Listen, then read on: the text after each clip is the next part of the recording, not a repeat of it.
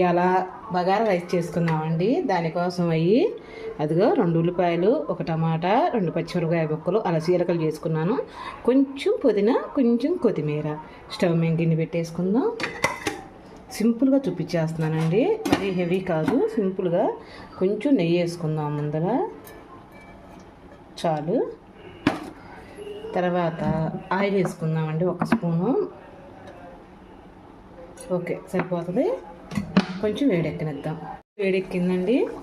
అదిగో దాంట్లోకి మనం బిర్యానీ దినుసులండి, చెక్క, లవంగా, యాలకులు, జాపత్రి, మరాఠీ మొగ్గ, ఇదిగో ఇవన్నీ జీలకర్ర అండి.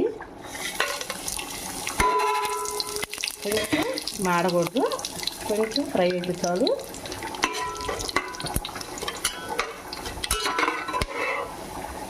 తర్వాత దాంట్లోకి మనం కట్ చేసుకున్న ఉల్లిపాయ ముక్కలు, టమాటా ముక్కలు వేసాను. పెట్టి బాగా తిప్పుకుందాం, కొంచెం కలర్ మారేదాకా. ముక్కలు మగ్గినిచ్చేసారా బాగా. ఇప్పుడు మనం కొత్తిమీర, పుదీనా వేసేసుకుందాం. అవి కూడా కొంచెం మగ్గనిద్దాం.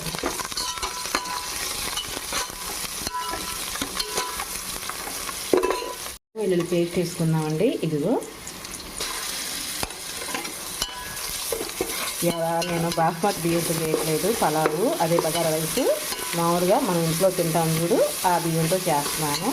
ఇది అల్లం వెల్లుల్లి పేస్ట్ మనకి పచ్చి వాసన పోయేదాకా మంచిగా ఫ్రై చేసుకుందాం.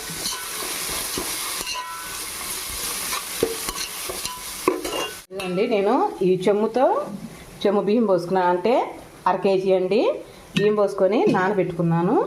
ఇదిగో నాన్ని చూసారా, మనకి ఇది కూడా రెడీ అయింది కాబట్టి ఆ చెమ్ముతో తీసుకున్నాం కాబట్టి 2 చెమ్ములు వాటర్ తీసుకున్నాం. ఇదిగో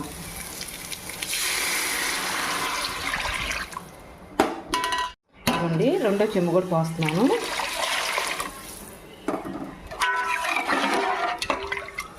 వేసుకుందామండి. ఇదిగో 1 స్పూను కల్లుప్పు. మీరు చూస్తున్నారో లేదో, ప్రతి ఒక్క దాంట్లో కల్లుప్పు ఎక్కువ వాడతాను, సాల్ట్ తక్కువగా వాడతాను. మనకి ఉప్పు సారపోతే ఇప్పుడు చూసుకోవచ్చు. మనకి ఇప్పుడు చూసుకుంటే మనకి సరిపోయిందా లేదా, మనం చూసుకున్నాక సరిపోకపోతే మళ్ళీ వేసుకోవచ్చు. ఆ నీళ్ళు బాగా తెరలనిద్దాం. మనం బియ్యంలో నీళ్ళు వచ్చేసుకున్నాను, ఇంకా దాంట్లో వేసేసుకుందాం.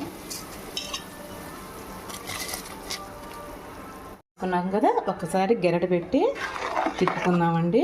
ఇదిగో ఇంకా దీన్ని మూత పెట్టేసుకొని ఉడికిందాక వెయిట్ చేద్దాం. ఎంతవరకు వచ్చిందో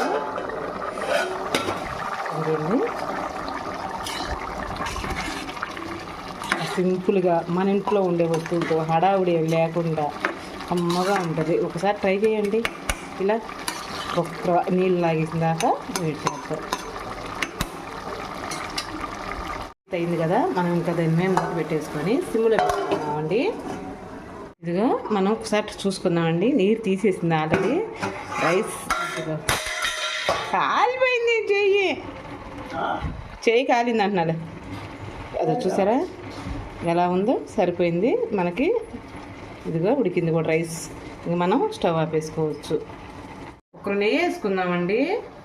ఇదిగో ఇంకొకరు వేసుకుందాం. నెయ్యి మనకి పలావులోకైనా బిర్యానీలోకైనా మరింత ఉంటే బాగుంటుంది. ఇంకా మనం స్టవ్ ఆపేసుకున్నాం కాబట్టి మూత పెట్టేసుకొని పక్కన పెట్టేసుకుందాం. అదిగో రైస్ రెడీ అయింది కదా. ఈ బగారా అన్నం మీకు నచ్చితే ఒక లైక్ చేసి ఒక కామెంట్ చేయరా.